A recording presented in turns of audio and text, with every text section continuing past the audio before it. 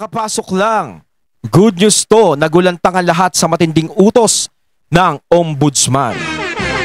Ayan, syempre itong balitang ating matutunghayan ngayon ay nagmula kay Pinas News Portal. At ito po ang inyong lingkod na si BT na magbibigay ng reaksyon at komento dito sa video na ating matutunghayan ngayon. At huwag na natin pagtagalin at sabay-sabay na natin panoorin ang laman ng video na hatid sa atin ni Pinas News Portal at bibigyan natin ng reaksyon ang balitang ito. Pasok! Ito, breaking news lang ha. Ayun, breaking news. Update. Ayun, syempre bago natin simulan ng video ito, nais ko nga palang bigyan ng credits ang boses na madidinig natin ngayon at bibigyan ng reaksyon walang iba. Syempre suki tayo dito kay General Macanas. Syempre suportahan natin yan si General Macanas, ang ating butihing general. The General's Viewpoint. Ipagpatuloy natin mga katunay. Good news po. Good news to. Sa mga nagmamahal kay Ayan. PRRD. Ano yun? Ang Ombudsman umaksyon kaagad doon sa reklamo o kaso na isinampa ni Senator Amy Marcos. Yung nire-recommenda niya na ang Ombudsman imbestigahan ang mga top government officials ng administrasyong ito tungkol sa illegal arrest na ginawa nila, kidnapping kay PRRD. Alam niyo kung tutuusin napakalaking bagay talaga yung ginagawa ni Senator Amy na ganyan. No, sa pag-open di ba? Pag-open o pag-iimbestiga ng pagkakadala kay Tatay Digong sa ICC. 'Di ba? Dahil nga maraming nagsasabi na mali ang naging proseso sa pagkakadala kay Tatay Digong sa ICC. 'Di ba? Kaya malaking bagay yung ginagawa ni Senator Amy. Although meron tayong mga naririnig na negative na nagsasalita about kay Senator Amy sa ginagawa niya. Na sinasabi, baka tungkol lang yan sa politika, baka ganito, baka mamaya pag nanalo, itigil na yan. Siguro, mas maganda, wag muna natin pangunahan. Diba? Mas maganda, istignan na lang natin. Kaso syempre, hindi rin naman natin masisisi yung mga kababayan natin na nagsasalita ng gano'n. Syempre, alam naman natin na dala na Diba? Parang ayaw na nilang maulit. Diba? Ayaw na nilang maulit kung ano man yung hindi magandang nangyari.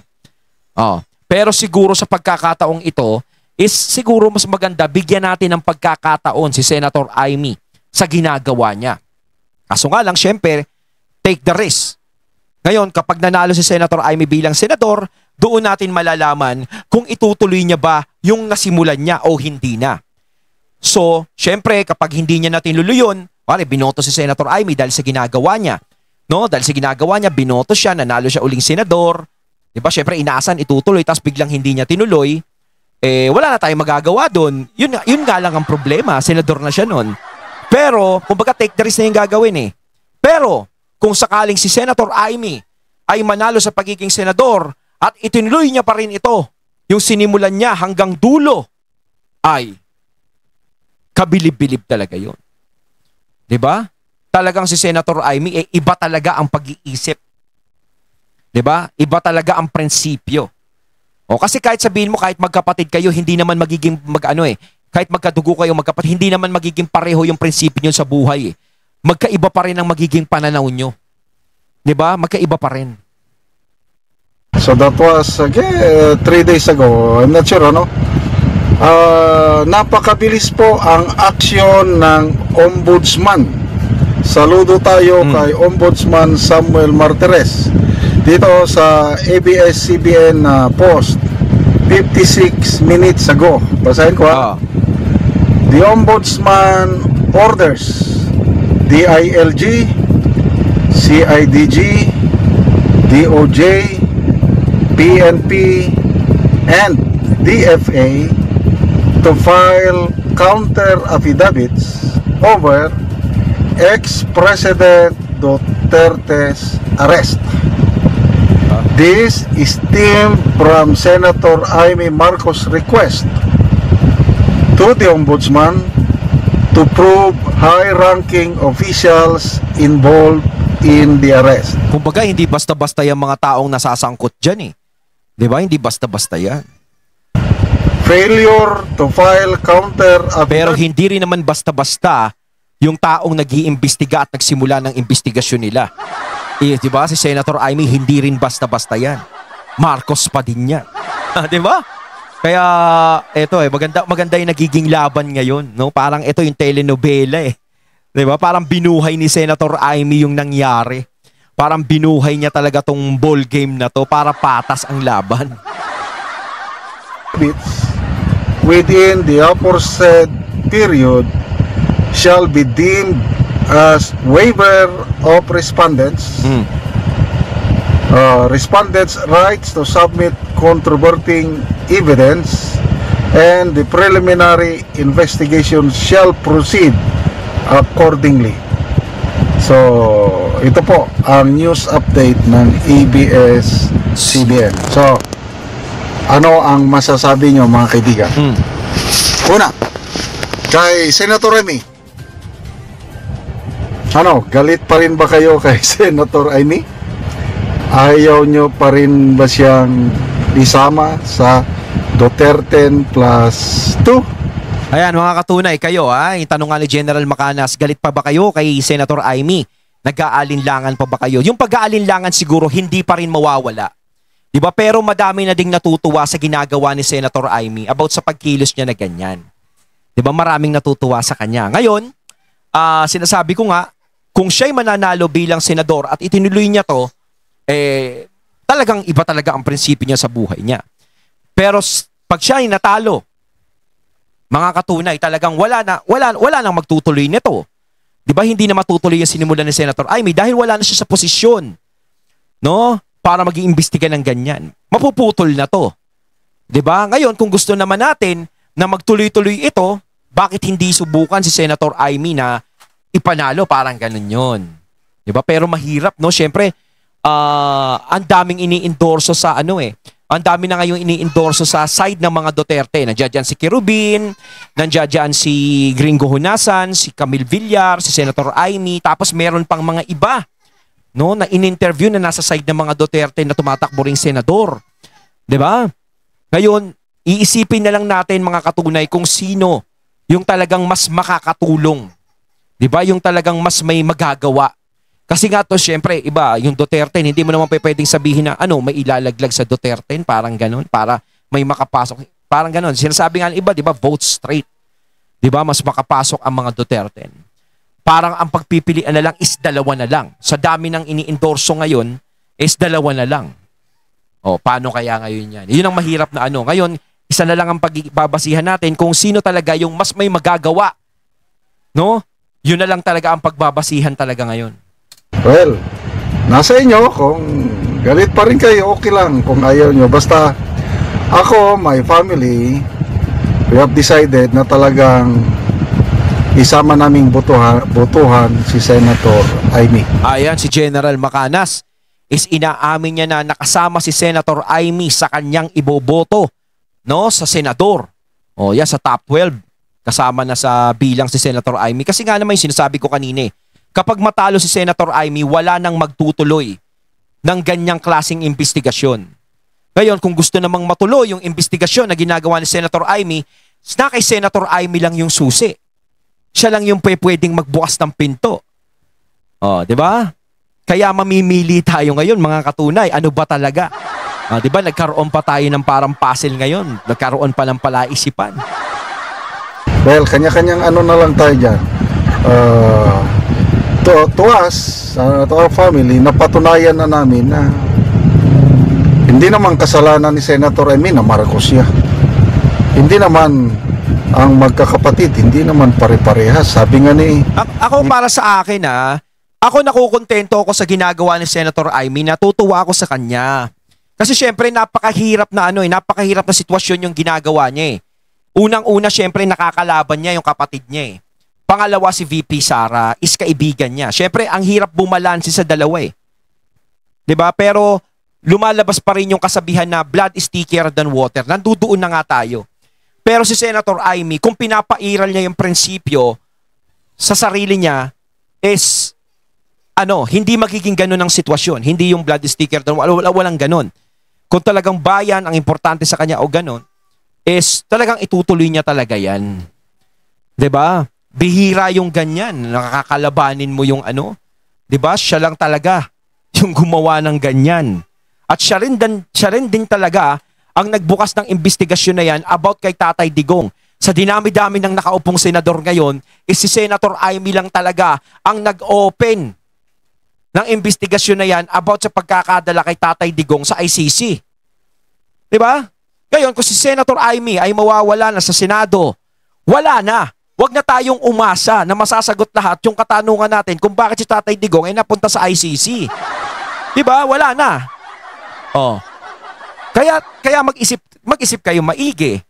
'Di ba? Pero ito is gumaganda yung nagiging resulta kay Senator Amy kasi may mga pumapabor gaya nito sa ombudsman, may mga pumapabor na ano. Oh. Ngayon kapag naputol 'yan is back to zero ang mangyayari. Oh, back to zero. Kung may magtuloy man, magba-back to zero na naman. Kaya kumbaga mga katunay, isa din sa sinasabi ko dito yung take the risk na lang siguro. No? Iisipin natin kung manalo si Senator Amy, kung ituloy niya o hindi, bahala na. Kumbaga, kapaan na lang sa dilim. Ngayon, pag tinuloy niya, maganda. Di ba kasi gusto natin malaman yung totoo eh. Yun ang gusto naman nating malaman eh. Nasa kay Senator Amy yun eh. Kumbaga, nasa kanya yung sagot eh. Siya yung magpapasagot sa mga katanungan natin eh. Di ba? Sara, iba si Bongbong Marcos, iba si Amy. Nag-joke na lang siya nga, ma'am, dapat palitan mo na ang apelyido mo. Kaso nga lang, mayroong Waldes, sabi ni Bibi Sara. Mayroong Marcos loyalist na nagsabi, hindi si Amy ang dapat magpalit ng apelyido, it should be Bongbong Marcos. Dahil sabi ng Marcos loyalist na si Amy talaga ang nakakasunod sa apak ng kanyang tatay. Ay, totoo yan. Maraming nagsasabi na si Senator Amy ay talagang yung prinsipyo ni Apo Lakay, ni Ferdinand Marcos Sr., talagang sinusundan niya, nasusundan niya. Nag-iisa yung prinsipyo ni Senator Amy at ni Apo Lakay. Diba? Yun talaga, maraming nagsasabi na ganun. Parang ang nakakuha ng ugali ni Apo Lakay talaga si Senator Amy. No, na talagang walang hindi nagpapaano, hindi sumusunod sa mga bulungan, talagang may sarili siyang tira. Talagang may sarili siyang galaw. May sarili siyang prinsipyo. Yun yan eh. Ganun si Apo Lakay eh. I agree. Talagang saludong-saludo ako dito kay Senator Amy. Ang kasalanan lang niya, na inaamin naman niya, siya yung nag-convince kay BP Sara na tatakbo na running mate ng kanyang kapatid. Inamin naman niya na napahamak niya si BP Sara. Kumbaga kung hindi niya nilapit yung kapatid niya ron, sana walang maganon. 'Di ba? Kung sana hindi na lang kita pinag-vice president sa kapatid ko, di sana tahimik ang mga Duterte ngayon. Nasa Davao, naglilingkod na lang, no, 'di ba? Tahimik si Tatay Digong nasa Davao lang. Ganon parang ano na rin, may guilt na rin si Senator Amy sa sarili niya sa nangyari. Si BP Sara naman, napatawad niya na si Senator Amy, kaya ngayon, nagpa-partner sila. So, ito ngayon, nagbunga na. Ang bilis 3 days lang. Okay, so, pag-usapan naman natin si Ombudsman Samuel Martires na ito, may issue siya doon kay Governor Gwen Garcia sa suspension kay Garcia na inaakusahan na parang may kinalaman daw si Pangulong Rodrigo Roa Duterte. Kasi nga, appointee siya ni PRRD. Halos lahat naman dyan, appointee. Ang daming appointee ni PRRD. Kita nyo naman dyan, may mga appointee si PRRD pero iba nagbaliktaran sa kanya.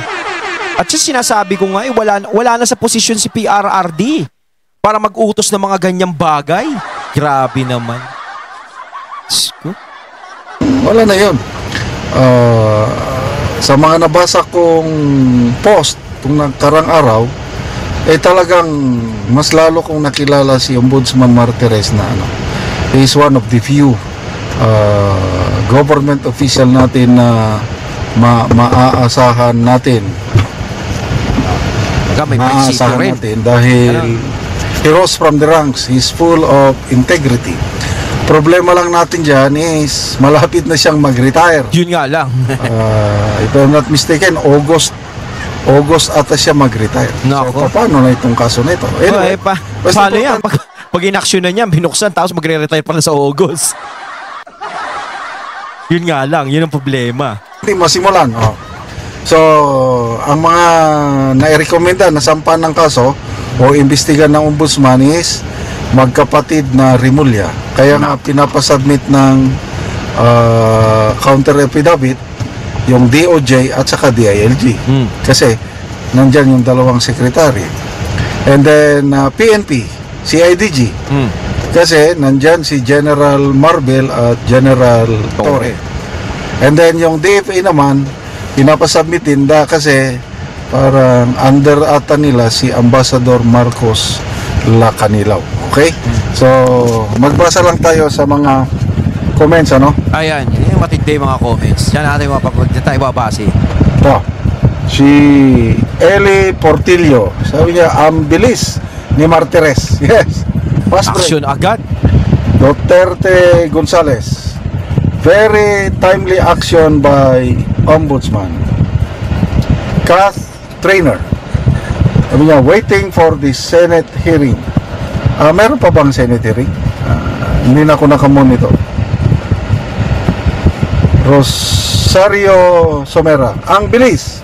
No vote for Manang Biday. Ayaw pa rin butuan. Ayaw pa rin. Ayaw pa rin. Sa kabila ng ginawa ni Senator Amy, meron pa rin talagang mga nagko-comment na ayaw pa rin iboto si Senator Amy. Hindi talaga, hindi naman natin sila masisisi dahil nandudoon na yung trauma eh. Sabi ko nga, yung trauma talaga ang tumatatak ngayon. Parang ayaw nilang sumugal. Diba? Pero sinasabi ko nga kanina, kung gusto natin talaga na magtuloy-tuloy ito, wala tayong ibang magagawa kundi sumugal. Kung gustong masagot ang mga katanungan na talagang gusto natin na itanong na ganyan, na si Senator Amy lang ang magpapasagot sa kanila, is dapat si Senator Amy ay nandyan. Diba? Pagpili. Jose Di Fontrum, no problem. The respondents expected the intention of Amy Marcos and can legally defend themselves. Of course. Kaya nga pinapasabit sila ng counter affidavit. Para maiano nila, para mapagtanggol nila yung sarili nila.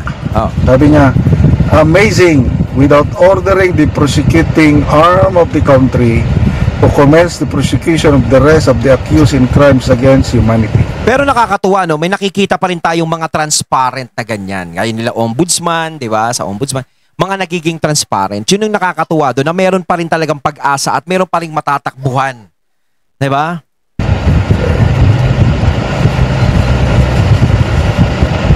Susan Lumanta, simula na ng pagbabago. Let's go. Prove to the people that our court for government employees is still working. Yes, I still believe talagang yun talaga napakataas. Kumbaga meron pa rin tayong sinasandalan at gumagalaw at nagtatrabaho pa rin sila. Di ba? Respeto ko sa ombudsman. Maaasahan natin talaga. Felicito Aguila, let us see how the justice system and the constitution work in the country. Nel Solmorin, respect the order, ombudsman, do your job.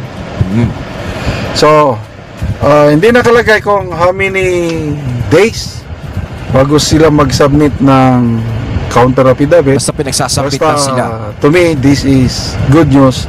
Saludo ako kay Senator Amy. Saludo ako sa... Ayun, at ating natunghayan ng video na nagmula kay Pinas News Portal at syempre natunghayan natin ang boses na yun na binigyan natin ng reaksyon na nagmula kay General Macanas. Kayo mga katunay, anong masasabi niyo tungkol dito? Comment lang po kayo sa comment box. So once again, I'm BT and I'm out. Peace.